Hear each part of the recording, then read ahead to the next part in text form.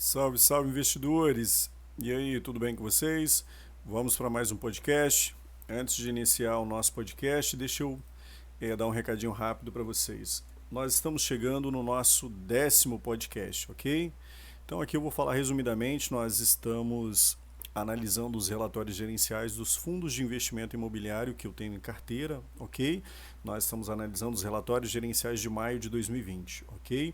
Logo mais nós já teremos os relatórios gerenciais de junho de 2020, eu espero dar conta de todos, né?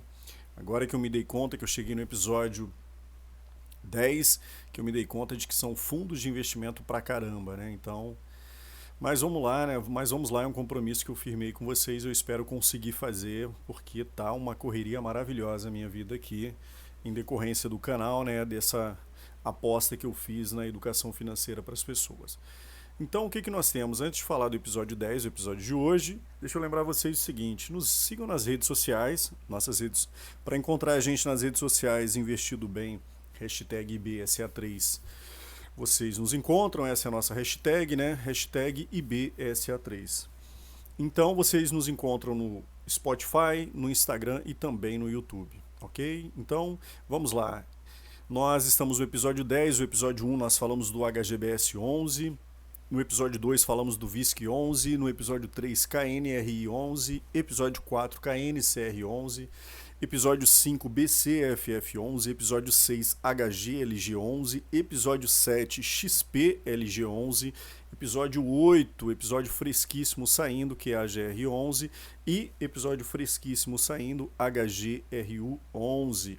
E hoje no episódio 10 nós vamos falar sobre o TGAR 11, TGAR 11, ok? Então vamos lá? Antes de começar o nosso podcast, eu gostaria de chamar a atenção para vocês do TGAR 11. É um dos dos fundos de investimento imobiliário que eu tenho na minha carteira e que tem, de certa forma, que tem me dado maior felicidade.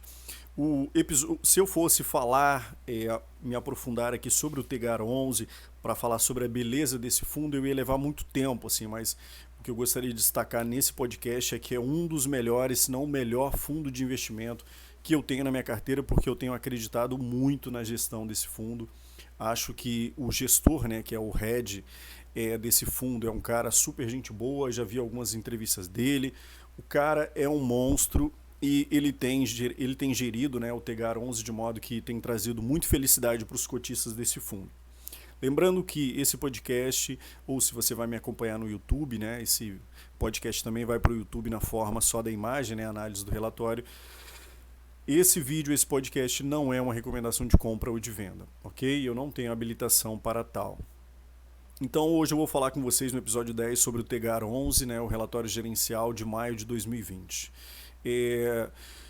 Para quem está aí no YouTube, vocês vão ver que o relatório gerencial do TGAR 11 é uma coisa maravilhosa e bonita que eu gostaria de ter de ter alguém da área gráfica para poder me dar uma coisa bonita dessa todos os meses para eu apresentar para vocês. Então, brincadeiras à parte, vamos para o TGAR 11. Eu vou procurar de alguma forma aqui, né? Vocês têm percebido, geralmente os nossos podcasts têm durado 30 minutos, entre 30 minutos e 40 minutos, e eu creio que se eu fosse me aprofundar muito aqui no TGAR 11, eu levaria muito tempo. Então, eu vou tentar de alguma forma dar uma resumida para vocês, beleza? Eu vou tentar me atentar aqui a falar sobre o fundo, de modo que quem está começando agora já consiga analisar um relatório gerencial e também para quem já tem experiência, pegue só o resumo, aquilo que é mais importante, porque o relatório deles é um relatório bastante extenso e eles privilegiaram a questão dos textos justamente porque nós estamos atravessando é uma questão muito sensível o período que nós estamos atravessando, o período de maio que nós estamos atravessando, no caso, eu já estou gravando em julho, né, em 7 de julho. O período é muito sensível e o fundo, né, a gestão do fundo tem tido essa sensibilidade de alertar todos os seus cotistas, porque primeiro o TGAR 11, como nós vamos falar, ele é um fundo que ele está destinado para uma área dos fundos de investimento imobiliário que, por assim dizer, tem um risco maior associado. Então, por ter um risco maior associado, também tem um retorno maior associado a ele, ok? Então, esse é um fundo de investimento que eu recomendaria para todo investidor de fundo de investimento imobiliário, sim e não. Eu recomendaria para aquela pessoa que já tem uma boa experiência em fundos de investimento imobiliário, porque o TGAR 11 ele tem uma exposição é uma área que nós vamos falar dos fundos de investimento que, por assim dizer, ela é mais arriscada e eu não recomendaria para quem está iniciando, porque justamente pelo fundo ter uma espécie de exposição ao risco muito maior do que, por exemplo, os fundos da área de logística, os fundos da área de shopping center, ok? Então, por assim dizer, se eu fosse dizer grosso modo, o Tegar 11 ele é um fundo de incorporação e de CRI. E aí, se você não sabe o que é CRI, você teria que ouvir o nosso podcast em que nós falamos do KNCR11, que é um fundo de CRIs, beleza? Então, falando um pouquinho sobre o objetivo do fundo, né?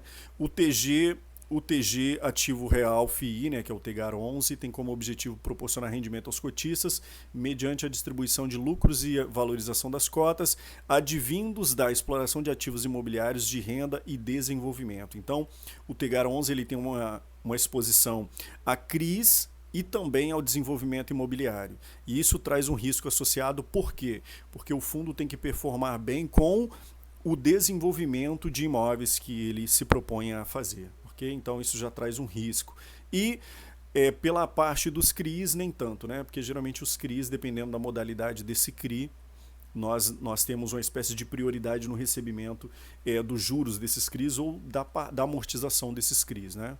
Então, falando um pouquinho sobre as informações gerais do fundo, né? O fundo teve início em 2016, o valor de mercado do fundo é de 400 milhões, o patrimônio líquido do fundo é de 445 milhões, prazo indeterminado, o código de negociação é TGAR11, nós chamamos de Tegar 11, ele é aberto para os investidores em geral, o administrador é a Vortex, o gestor, né, quem faz a gestão é a TG Core Asset, a taxa de administração é de 1,5%, embora aqui eu ressalte o seguinte, o fundo, né, em virtude da pandemia, ele mudou a sua política, né, de cobrança da taxa de performance, não da taxa de administração, mas da sua taxa de performance, justamente porque ele visa entregar um retorno maior para os seus cotistas e como nós entramos no período de pandemia e houve uma incerteza muito grande quanto a rendimentos e tem havido, né, uma questão muito grande, preocupação quanto aos rendimentos que a gente tem recebido, eles mudaram a sua política de performance, né? Porque nós temos a taxa de administração, que é uma taxa fixa, mas a taxa de performance é sobre aquilo que excede o CDI. Então, eles mudaram, né?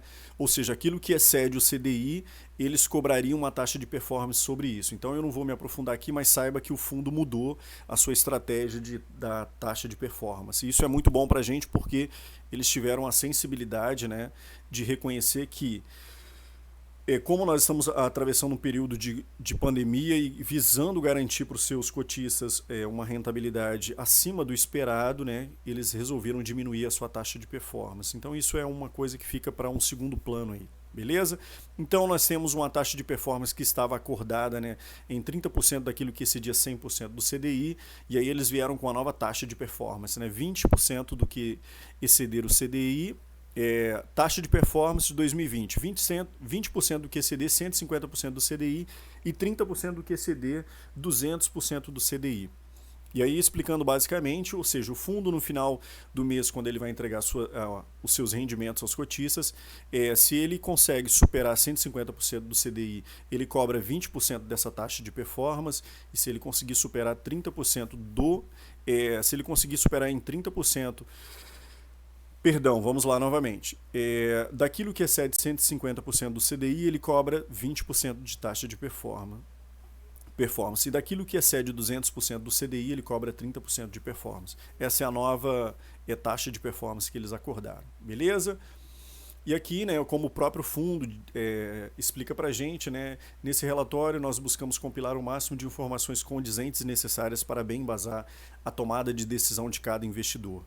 Ainda assim, entendemos e damos grande valor à diferença que a informação gera para os seus investimentos, de modo que estamos sempre em busca de ampliar a nossa transparência. Por conta disso, disponibilizamos nessa edição uma apresentação que contempla toda a tese de investimento do Tegar 11, com os seus fundamentos e razões de existir.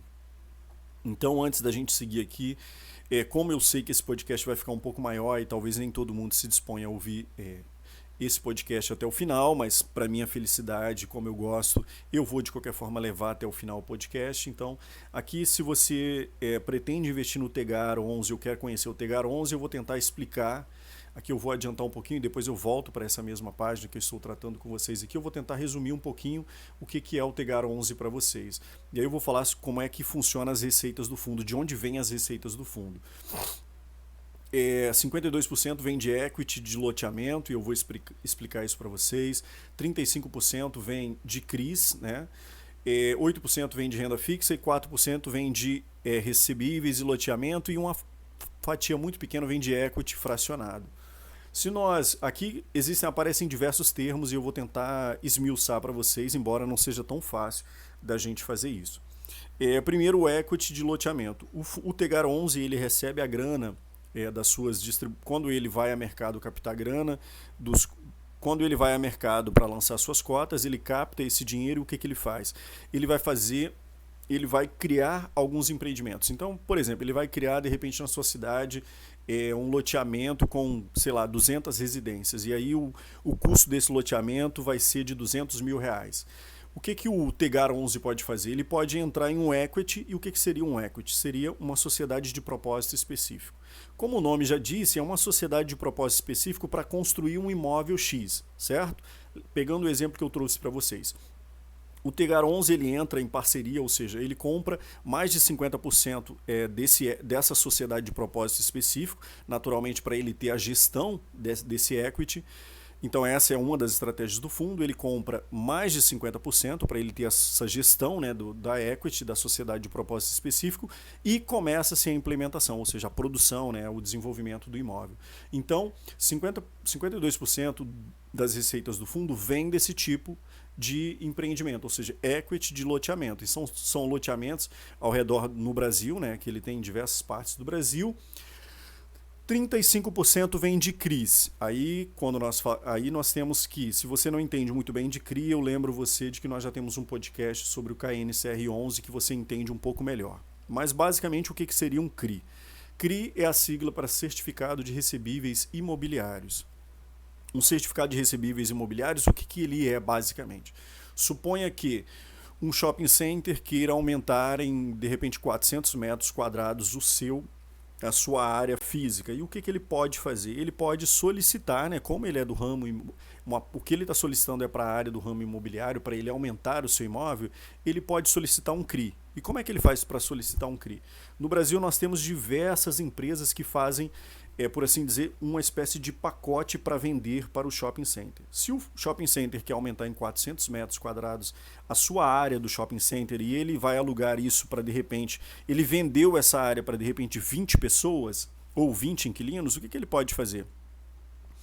Como ele sabe que são 20 inquilinos que vão pagar, ele pode fazer um grande pacote desses inquilinos que querem pagar, ele vai numa seguradora, ou seja, que pode fazer para ele esse CRI, e aí essa seguradora ele vai criar, né, um grande pacote desses inquilinos todos que querem construir esse imóvel, e ele vai montar um CRI, ou seja, um certificado de recebíveis imobiliários, de modo que ele vai contratar um valor ali que deve ser pago pelo shopping center, e todo mês, né, o shopping center vai pagar, né, uma parcela do CRI e também vai pagar uma parcela de juros. E aí onde entra o Tegar nessa história? O Tegar vai até essa seguradora e ele compra esse CRI. Ou seja, a seguradora é como se ela fosse o intermediário entre o shopping center e o Tegar. E aí o que acontece? O Tegar compra esses CRIs e aí ele passa a receber tanto os juros, né, que foi acordado, de repente, sei lá, IPCA mais 5%. Ele passa a receber essa parcela de juros e também passa a receber a parcela do CRI que é paga todo mês, né? Porque o shopping tem que pagar esse investimento que ele está fazendo, certo? Então, grosso modo seria basicamente isso. Mas no episódio do KNCR nós explicamos um pouquinho melhor sobre isso. Aqui eu vou tentar ser um pouco mais rápido. 8% vem de renda fixa que é mais fácil de nós entendermos, 8% do caixa do fundo está aplicado em renda fixa, de modo que o fundo, o Tegar 11, pode acessar esses 8%, né, de receita para ele utilizar no pagamento de alguma coisa, para ele, enfim, para o seu dia a dia, para ele ter o seu capital de giro. 4% vem de recebíveis de loteamento, né, no caso na área de loteamentos, e 1% vem de equity fracionado. equity fracionado é muito próximo da ideia de equity de loteamento, só que aqui são vendidas em frações, né? Um loteamento de repente de 20 imóveis são vendidas as suas frações, então ele entra na sociedade de propósito específico recebendo uma parte fracionada. Então, para quem quiser ouvir o podcast até aqui, seria basicamente o resumão do fundo. E aqui eu vou seguir, né, falando, né, sobre o fundo e aí lendo o relatório, espero que não fique muito grande, de repente eu até divido o podcast. E aí vamos aqui para os rendimentos do mês. Nós temos que no mês de maio o Tegar 11 pagou 1,08% de dividend yield. Se nós considerarmos mais a valorização da cota, que foi de 8,90%, isso vai dar para a gente um resultado no mês, um retorno para a gente de 10,10%. Nos últimos 12 meses, né, o dividend yield foi de 8,86%, menos, né, eu teria que desconsiderar a desvalorização da cota em virtude aí do período de Covid-19, que foi de menos 9,7%. Isso nos dá um resultado negativo de menos 1,18%. Embora aqui eu deva alertar o cotista que quem está pensando em comprar cotas de qualquer fundo de investimento imobiliário quer renda passiva para o longo prazo. Então, no curto prazo nós podemos ter uma espécie de performance negativa, mas no longo prazo o que a gente vai ter sempre, se a gente manter a disciplina de receber os dividendos e reaplicar no longo prazo, o que a gente vai ver é aquela boca de um jacaré gigante se abrindo, né? A diferença entre você pegar o dinheiro dos seus rendimentos e você não reinvestir, ela é muito maior se você pegar os seus rendimentos e reinvestir no próprio fundo de investimento que você tem, no caso do Tegar 11, que no longo prazo você vai ser recompensado por isso. Aqui nós temos o monitoramento dos empreendimentos. O Tegar 11, como eu falei para vocês, ele tem, né, os seus equities de loteamento, ou seja, sociedades de propósito específico.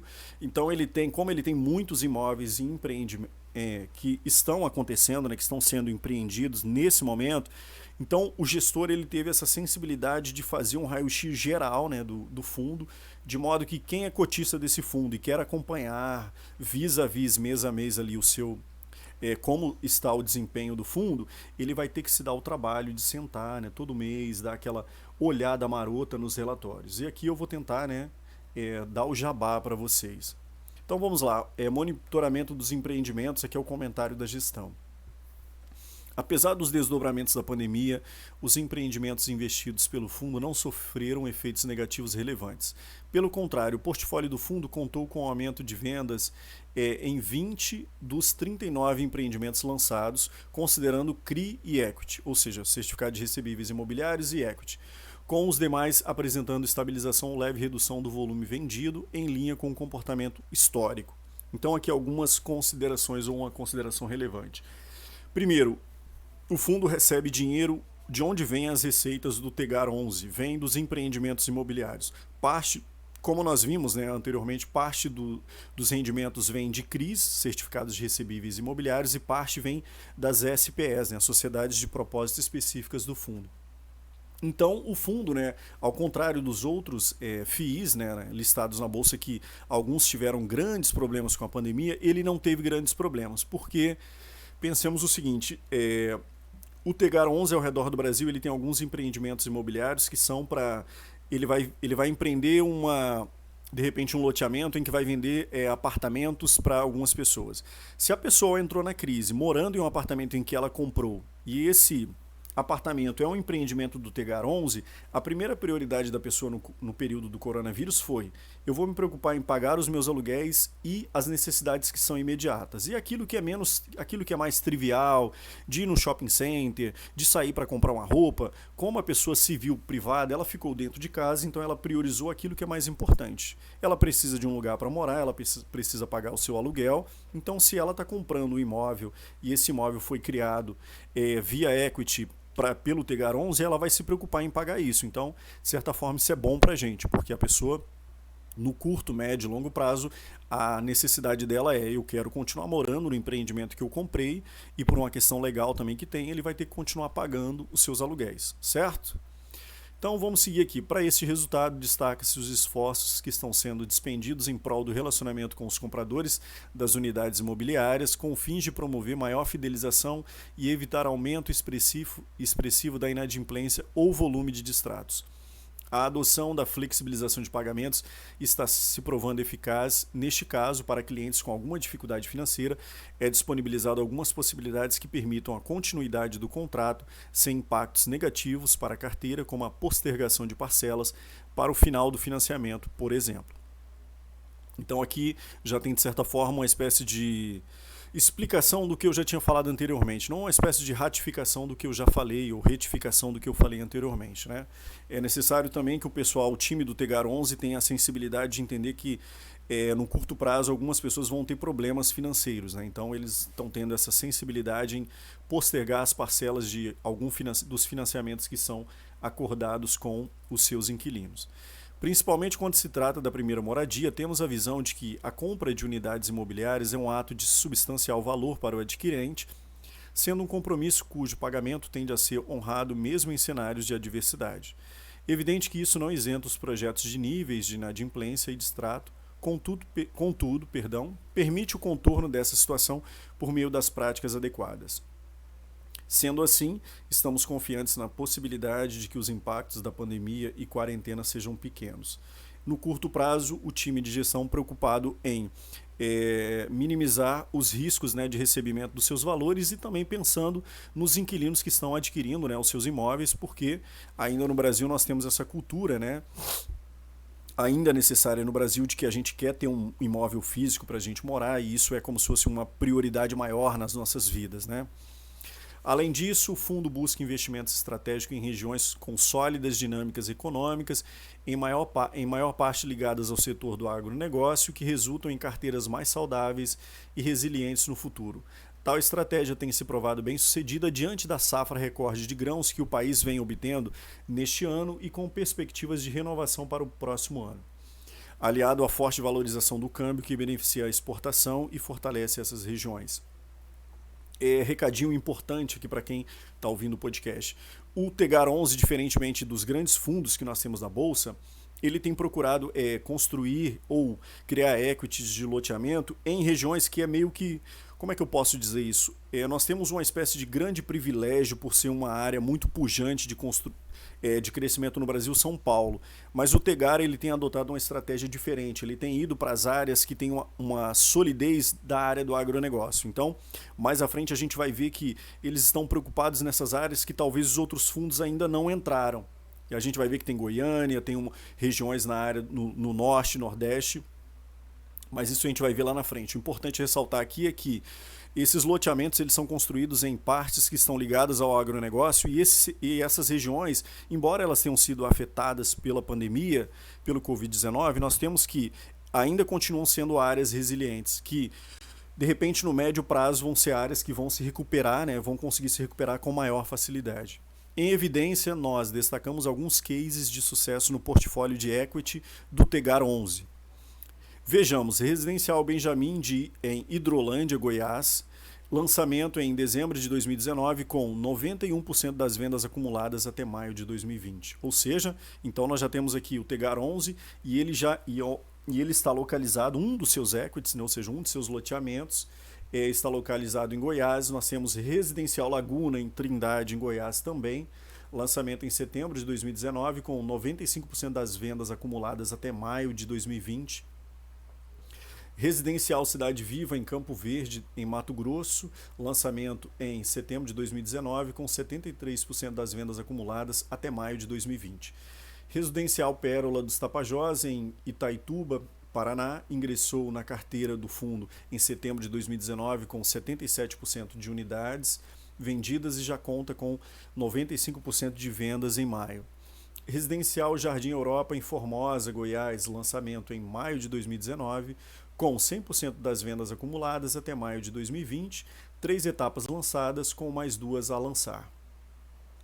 Aqui um recado importante, que é muito bom que a gente saiba. O fundo trabalha com, como nós dissemos, né, equities de loteamento, em que ele tem uma sociedade de propósito específico para a construção desse loteamento. E aí o que nós temos? Em par com a construção desse loteamento, existem as vendas dos imóveis que acontecem. Ou seja, então o fundo ele pode estar construindo, de repente, ele pode estar em um patamar de construção de 50% daquele loteamento e já ter 100% das unidades vendidas daquele loteamento. E foi como eu trouxe para vocês aqui. quase 100% dos imóveis que nós temos aqui já foram vendidas, né, pelo Tegar. Então ele já entrou no empreendimento para produzir e ele já conseguiu vender as unidades desses loteamentos, ok?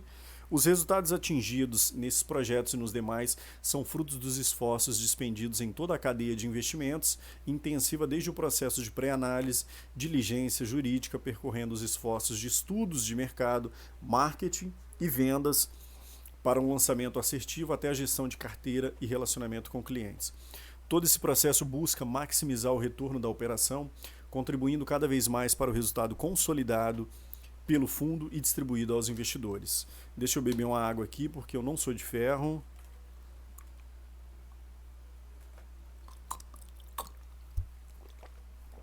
Ok. Agora falando sobre os CRIs do Tegar 11, né, os Certificados de Recebíveis Imobiliários do Tegar. A grande novidade advinda dessa classe de ativos no mês de maio diz respeito ao entendimento da gestora a favor da distribuição das receitas referentes à correção monetária dos CRIs. Até então eram distribuídos apenas recursos advindos dos juros da operação. Se, por exemplo, uma dada operação fora pactuada a 12% ao ano mais IGPM, né, Índice Geral de Preços ao Mercado, era distribuída apenas a parte concernente à correção dos 12%. Ou seja, nesse caso o Tegar 11 ele distribuía apenas os juros recebidos do CRI, né? No mês de maio foram distribuídos, além dos juros da operação, a correção monetária referente ao mês de maio e parte da correção acumulada entre janeiro e abril. Com a nova metodologia de distribuição das receitas advindas dos CRIs, o Tegar 11 vai de encontro às melhores práticas de mercado e segue aderente ao arcabouço normativo estabelecido pela CVM. Ou seja, o fundo pegou um resultado acumulado que ele estava recebendo dos meses anteriores e ele acresceu junto ao que ele recebeu, né, como juros no mês vigente, que no caso aqui é maio, e distribuiu para os cotistas. E isso é muito bom. O fundo possuía, ao final de maio, 117 milhões alocados em 20 CRIs, 20 certificados de recebíveis imobiliários, respondendo por 26% do patrimônio líquido do fundo. No mês de maio houve ingresso de uma nova operação.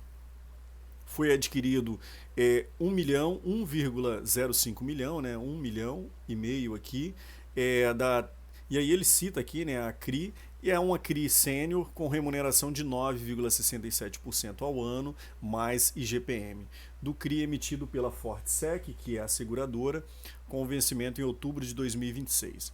A operação é composta por um condomínio residencial vertical localizado em Teresina, no Piauí, com um total de 112 unidades imobiliárias com obras finalizadas e vendas em estágio avançado, ou seja, 68% das unidades já foram vendidas. A operação estabelece como exigências razão, fluxo mensal e razão de saldo devedor mínima de 120%. A equipe de análise da TG Core Asset verificou a estrutura financeira da operação, a qual foi apresentada em comitê de investimentos e aprovada por unanimidade. Como garantias, né, ou seja, qual a garantia que esse FII está dando, foram pactuadas contratualmente o seguinte: fiança e coobrigação dos sócios, fundo de reserva, cessão fiduciária dos créditos e alienação fiduciária das cotas da sociedade de propósito específico responsável pelo desenvolvimento da operação. Sobre as obrigações aqui, eu recomendaria que você ouvisse o nosso podcast sobre o KNCR, que eu explico sobre todas essas questões aqui que são oferecidas como garantias. Aqui e aí logo acima eu falei sobre a criação do CRI e que esse CRI é um CRI sênior. Aqui eu vou tentar resumir, né, de certa forma, tentar fazer um desenho mental do que é um CRI sênior. CRI sênior, um certificado de recebível imobiliário na modalidade sênior, ele tem prioridade no recebimento dos juros. Se houver algum problema com esse CRI, das pessoas não conseguirem pagar, o que nós temos? Primeiro nós temos o acionamento das garantias, mas o CRI sênior ele tem prioridade no recebimento. Ok? Regra geral seria isso, para a gente não ficar tanto tempo sobre o mesmo parágrafo aqui, né? Abaixo é possível observar um breve resumo da carteira de CRI do fundo detida pelo Tegar 11. Observando os dados a seguir, né, que nós vamos falar sobre isso, podemos notar que a maior parte das operações seguem lastreadas em empreendimentos localizados no estado de São Paulo. Dentre os 41% da carteira de CRI no estado de São Paulo, 30% referem-se ao município de Olímpia, 9% aos municípios de Hortolândia e Várzea Paulista e 2% à cidade de São Pedro. O restante da carteira apresenta maior perfil de pulverização, com destaque aos estados da Bahia, Rio Grande do Sul, Goiás e Mato Grosso. Outra informação em destaque é que mais de 60% dos recursos alocados em direitos creditórios possui o maior nível de senioridade de capital. Em outras palavras, os credores das séries seniores têm preferência no recebimento das parcelas mensais. Daquilo que eu falei anteriormente, um CRI na modalidade sênior é um CRI que tem preferência no recebimento de parcelas mensais. Este é um importante dado acerca de segurança das operações. Em uma situação hipotética de grande deterioração dos recebíveis de um empreendimento lastro de um CRI, para que o credor sênior deixe, o credor sênior, deixe de receber qualquer valor de sua parcela mensal, os credores subordinados não teriam aferido nenhum recebimento de suas parcelas. Ou seja, tem que acontecer um AM muito grande para que o Tegar 11 não receba a sua parcela mensal referente aos juros e o valor pago desse CRI mês a mês, né? Seguindo aqui, a outra análise proposta pelos dados na tabela acima diz respeito às médias ponderadas pelo tamanho das exposições para o percentual de vendas dos recebíveis, vejamos aqui, percentual de vendas, de obras, razões de fluxo mensal e de saldo devedor e da taxa de juros pactuada. Os dados indicam que, em média, a carteira possui 89% das unidades dos empreendimentos lastros vendidas, 71% das obras concluídas e razão de fluxo mensal, né, RFM, de 293%. Razão de saldo devedor, RSD, 233% e taxa média de juros pactuada, 11,7% ao ano. As definições precisas desses indicadores podem ser encontradas na seção glossário, mas a grosso modo, né, a razão de fluxo mensal compara os recebimentos mensais do empreendimento com a parcela a ser paga pelos credores, enquanto que a RSD, né, a razão de saldo devedor, traça uma relação entre o valor presente dos recebíveis das operações, a taxa pactuada pela operação versus o saldo devedor. Ou seja, em média, os empreendimentos lastro da carteira dos direitos creditórios do Tegar 11 aferiram recebimentos mensais quase 3 vezes maiores que as parcelas pagas aos credores, enquanto que o valor presente dos recebíveis mostrou-se aproximadamente 2,3% maior que o saldo devedor. Aqui é uma grande sopa de letrinhas, né, que nós temos um gráfico aqui que ajudaria vocês a entender, mas basicamente o fundo ele procura se resguardar das suas operações de modo que ele tem recebido acima daquilo que ele tem pagado, né? Aqui nós temos uma tabela da ideia da senioridade do capital, ou seja, dos CRIs que o fundo tem, como nós falamos da modalidade sênior, que é a prioridade no recebimento mensal. Nós temos 60% são seniores e 39% é não seniores, ou seja, não tem prioridade no recebimento. O indexador, nós temos que os CRIs, 59% estão indexados ao IGPM, 38% ao IPCA e 2% ao INPC.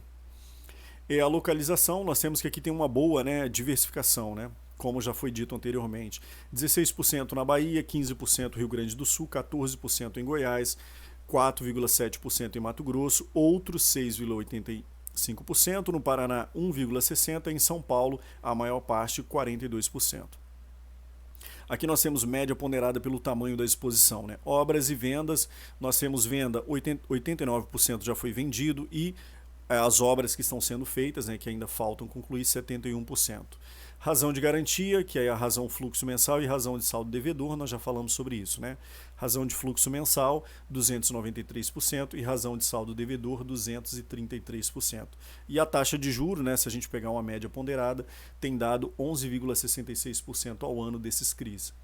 Diante do exposto, apesar dos empreendimentos gerarem fluxo mensal quase 3 vezes superior ao valor das parcelas pagas aos credores, em caso de um cenário hipotético de massiva deterioração das carteiras que comprometa a capacidade de pagamento das parcelas, primeiramente seriam acionados os fundos de reserva, que são valores representados para fazer frente a situações em que os recebimentos não sejam suficientes frente às obrigações.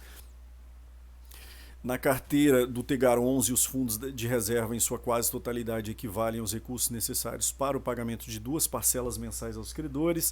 Mesmo assim, caso uma operação siga se deteriorando, entra em cena a senioridade de capital, que resguarda aos credores seniores a preferência no recebimento das parcelas, caso os recebimentos não sejam suficientes para o pagamento de todas as obrigações da operação. Por último, ainda neste cenário hipotético, recorrer-se-ia à execução das demais garantias pactuadas nas operações, geralmente compostas por alienação fiduciária das cotas das sociedades de propósitos específicos, SPE, proprietária dos empreendimentos e aval e coobrigação das pessoas físicas sócias da SPS desenvolvedoras. Ou seja, em último caso, os credores assumem a SPE responsável pelo desenvolvimento do empreendimento. Muita coisa para explicar, muita coisa, mas no nosso episódio sobre o KNCR a gente explica um pouquinho melhor sobre isso, ok?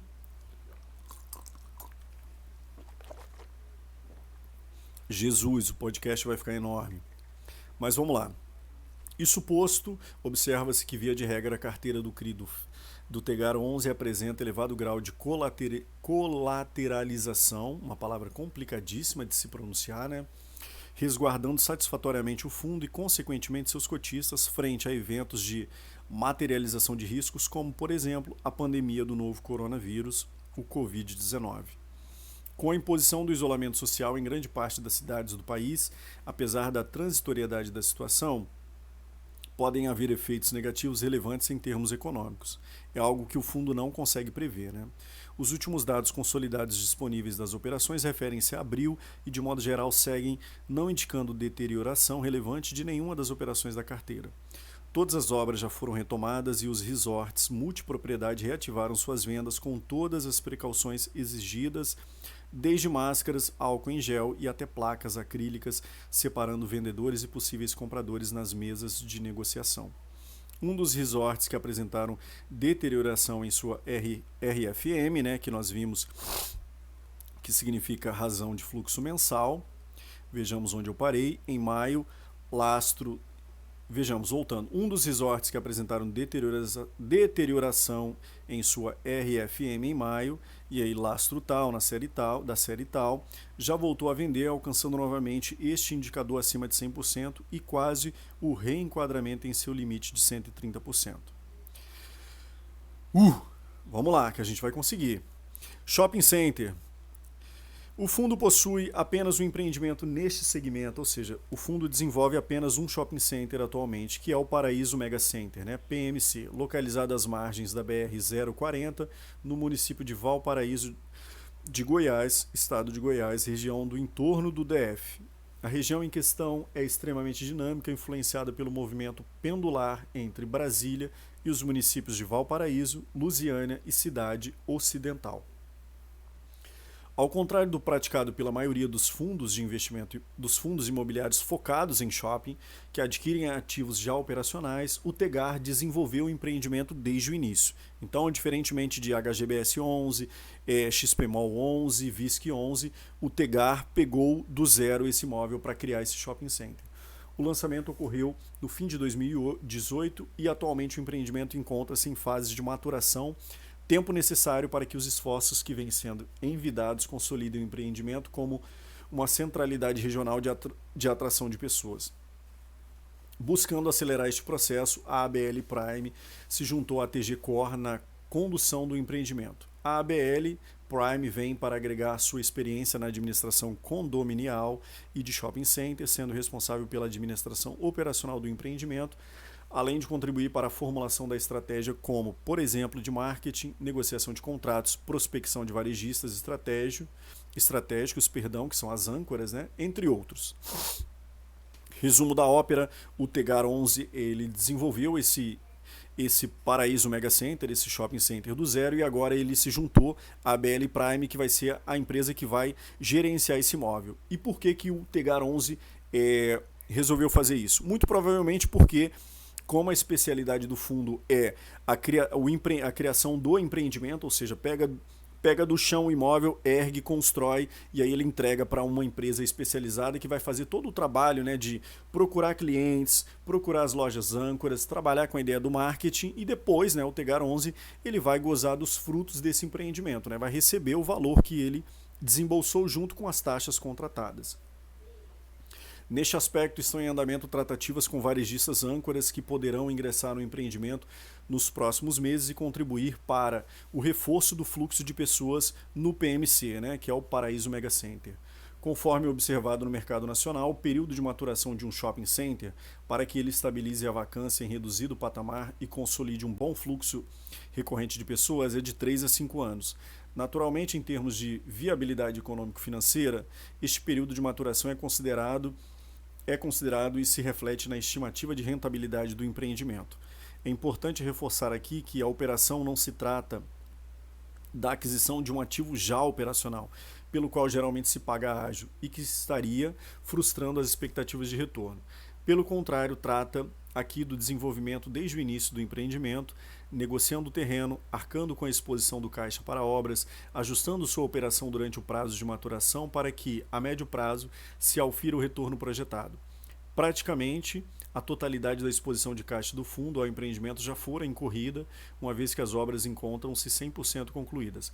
Precificado a custo na carteira do fundo, o ativo ainda não gera qualquer interferência no resultado distribuível, né, aos cotistas, ainda não gera lucro operacional para a distribuição, mas também não gera taxa de performance a ser paga pela gestora, o que deverá ocorrer apenas caso o sucesso esperado a médio prazo se confirme. Na seção portfólio deste relatório encontra-se disponível a evolução das vendas do empreendimento, bem como a rentabilidade projetada atualizada com os dados já disponíveis.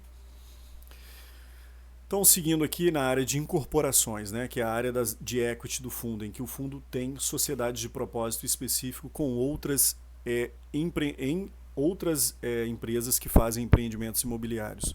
O fundo possui participação, né, que seria a sigla equity, em 6 incorporações, 5 verticais, que são prédios, e 1 horizontal, que é um condomínio de casas. Ao todo, a exposição do fundo a essa classe de ativos até agora é próximo de 7 milhões, ou seja, 1,3% do patrimônio líquido do fundo. Ao contrário dos loteamentos, as incorporações têm acesso a financiamento bancário a taxas atrativas, a partir do momento em que atingem os gatilhos mínimos de percentual concluído de obras e de vendas. Até atingir esses percentuais, a sociedade responsável pelo desenvolvimento do empreendimento aporta os recursos iniciais necessários. Dessa forma, na maioria desses projetos, a exposição de caixa tende a ser reduzida em comparação ao VGV, volume geral de vendas.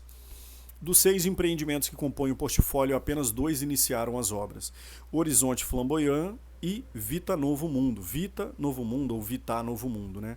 Ambos em Goiânia, Goiás.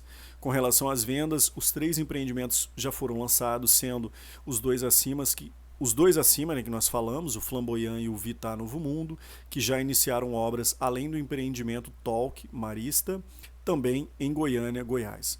No Horizonte, Flamboyant, empreendimento de alto padrão, as vendas acumuladas encontram-se acima do projetado, 50% das unidades. Já no caso do Talk Marista, ou Talk Marista, eu imagino que seja Talk, né?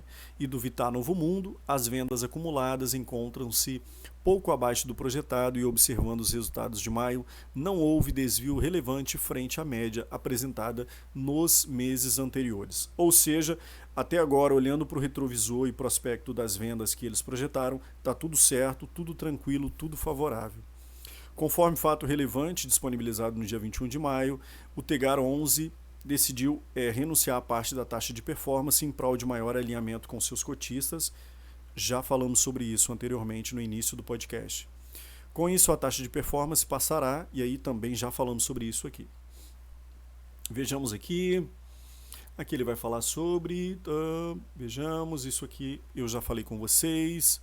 Vamos dar uma olhadinha aqui nesse gráfico. Aqui é o yield, eu também já falei com vocês, a rentabilidade do fundo, vejamos. Vejamos aqui o que nós temos. Aqui o fechamento, o valor do fechamento das cotas, a variação acumulada, o dividend yield distribuído e a distribuição acumulada aqui. nós podemos pular isso para a gente não ficar com tanto tempo. A liquidez do fundo, o fundo tem uma ótima liquidez, presença em 100% dos pregões, um ótimo giro, um pequeno giro das suas cotas, né, porcentagem do giro de cotas. Aqui nós temos liquidez de mercado, que eu vou poupá-los aí, o volume negociado e a cota de mercado, que é algo que vocês podem ver, né, acessando o relatório. Vamos passar para os resultados do fundo. Março de 2020, abril, maio. Ok, vamos ficar aqui em maio, né, que é a nossa proposta no podcast. Em maio de 2020, o fundo recebeu um total de receita de 5 milhões. E aí, como é que está distribuído as receitas? 2 milhões e 785 mil vem dos CRIs, que nós já falamos sobre isso. 81 mil veio dos recebíveis de loteamento, né, que nós temos, e 2 milhões veio dos equities de loteamento das sociedades de propósito específico que o Tegar 11 tem. E 148 mil veio de fundos de renda fixa, ou seja, o caixa do fundo aplicado na renda fixa. Despesas totais, 562 mil, sendo que 34 mil é a taxa de administração, o que é pago para o Tegar 11, o que é pago para os administradores, né? No caso aqui a Vortex, e a taxa de gestão, que é pago para o time do Tegar 11, 299 mil reais. A comissão paga aqui nós temos de 13 mil e nós temos outras taxas e despesas no valor de 214 mil. No frigir dos ovos, ou seja, com o que o fundo recebeu e com o que o fundo pagou de despesa, nós temos um resultado caixa, né, de 4 milhões 554 mil e um rendimento distribuído de 4 milhões 332 mil reais. E aí vejamos aqui o que nós temos como detalhamento, né, do resultado de 2019. Aqui eu vou ficar só com o detalhamento do resultado de 2020. Vejamos. Vamos dar uma olhada aqui, se é pertinente a gente falar aqui para a gente não perder tanto tempo. Ok, eu já falei sobre receitas por tipos de empreendimento, receitas por tipologia, né, 58% vem dos equities, né, do fundo, né, das sociedades de propósito específico, 26% vem dos CRIs, 11% vem da renda fixa e 5% vem dos seus recebíveis, né, os seus CRIs.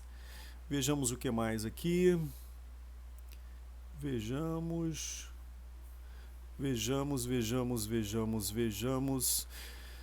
Isso daqui a gente pode pular. Vejamos o portfólio do fundo. Aqui eu vou falar um pouquinho da diversificação do portfólio, embora eu já tenha falado um pouco sobre isso, né? Vejamos aqui.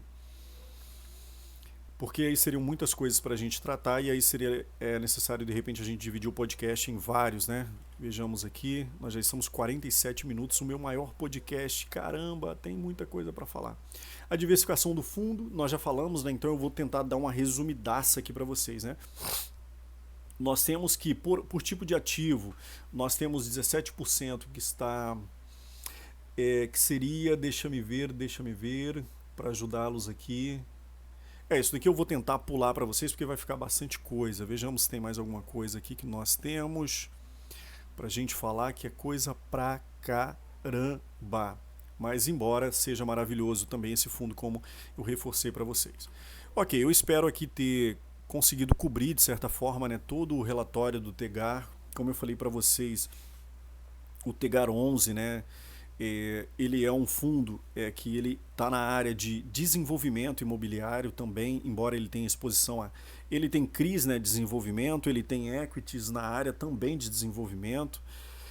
Então, assim, é um fundo de investimento que eu tenho gostado bastante, eu tenho gostado muito da atitude do time, né, que abriu mão, né, de certa forma, abriu mão do que eles estavam tendo de taxa de performance, justamente por ter essa sensibilidade que eu gosto bastante, eu tenho gostado muito, né. Quando nós entramos no mundo dos fundos de investimento, a nossa preocupação inicial é rendimentos, a gente quer receber rendimentos, mas no fundo, quando a gente amadurece um pouquinho mais, a nossa preocupação não é só com os rendimentos. A gente está comprando, eu diria que quando a gente compra um fundo de investimento imobiliário, a gente está comprando a cabeça dos gestores e eu tenho gostado, eu estou muito feliz de ter comprado a cabeça do gestor do Tegar 11, né? Na verdade não é a cabeça do gestor, é um time inteiro que está preocupado, né, em trazer uma boa rentabilidade para a gente. Então, pelo podcast de hoje era isso.